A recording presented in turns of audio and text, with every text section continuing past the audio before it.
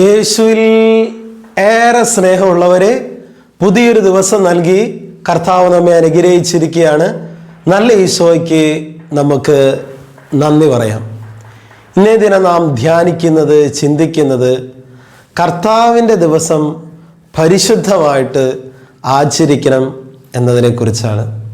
ഇന്നൊരു ഞായറാഴ്ചയാണ്, കർത്താവിൻ്റെ ദിവസമാണ്, പരിശുദ്ധമായിട്ട് ആചരിക്കേണ്ട ദിവസമാണ്.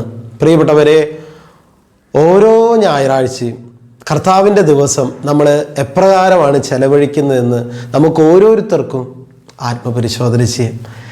ദൈവകൽപ്പനകളിൽ മൂന്നാമത്തെ ദൈവത്തിൻ്റെ കൽപ്പനയാണ് കർത്താവിൻ്റെ ദിവസം പരിശുദ്ധമായിട്ട് ആചരിക്കണം. കർത്താവിൻ്റെ ദിവസം പരിശുദ്ധമായിട്ട് ആചരിക്കണം. ഇത് ദൈവത്തിൻ്റെ ഒരു ഇഷ്ടമാണ്.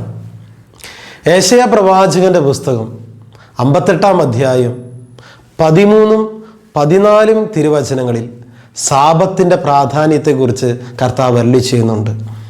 എൻ്റെ സാബത്തിനെ നിങ്ങൾ ചവിട്ടി മെതിക്കരുതെന്ന് അവിടെ നമ്മൾ കാണും. എൻ്റെ ആ പ്രിയപ്പെട്ട ദിവസത്തിൽ നിങ്ങളുടെ ഇഷ്ടം അനുവർത്തിക്കുന്നത് നിങ്ങൾ പിന്തിരിയണമെന്നൊക്കെ കർത്താവ് നമ്മളോട് പറയുന്നുണ്ട്.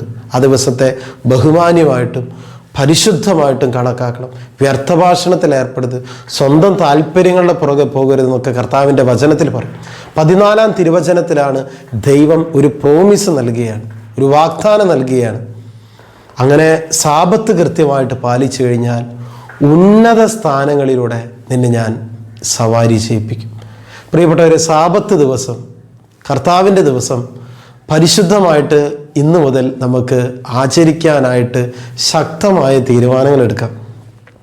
ഞാൻ ഏതാനും മാസങ്ങൾക്ക് മുമ്പ് ഒരു പെൺകുട്ടി സാബത്ത് കൃത്യമായിട്ട് പാലിക്കുന്നതിൻ്റെ ആവശ്യതയെക്കുറിച്ചും ആ മകൾ അത് കൃത്യമായിട്ട് പാലിച്ചപ്പോൾ അവരുടെ ജീവിതത്തിലുണ്ടായിരുന്ന വലിയ അത്ഭുതത്തെക്കുറിച്ചും ഒരു സാക്ഷ്യം ഞാൻ യൂട്യൂബിൽ കേൾക്കുകയുണ്ടായി.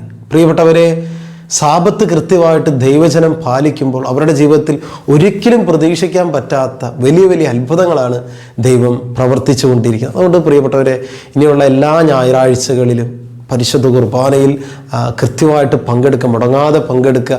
കടമുള്ള ദിവസമാണ്.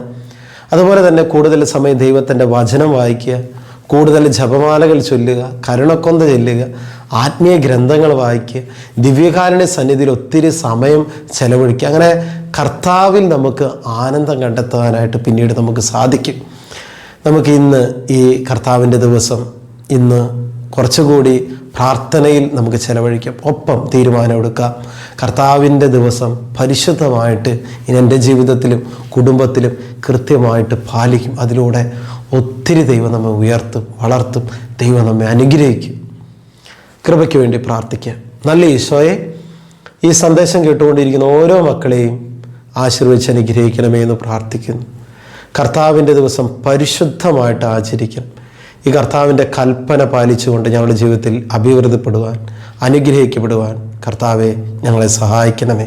ഈ സന്ദേശം കേട്ടുകൊണ്ടിരിക്കുന്ന ഓരോ മക്കൾക്കും കർത്താവിൻ്റെ ദിവസം പരിശുദ്ധമായിട്ട് ആചരിക്കാനുള്ള കൃപ ലഭിക്കട്ടെ. യേശുവിൻ്റെ അധികാരമുള്ള നാമത്തിൽ അതിനായി ഇവരെ ഞാൻ ആശീർവദിച്ച് അനുഗ്രഹിക്കുന്നു, ഇപ്പോഴും എപ്പോഴും എന്നേക്കും. ആമേൻ.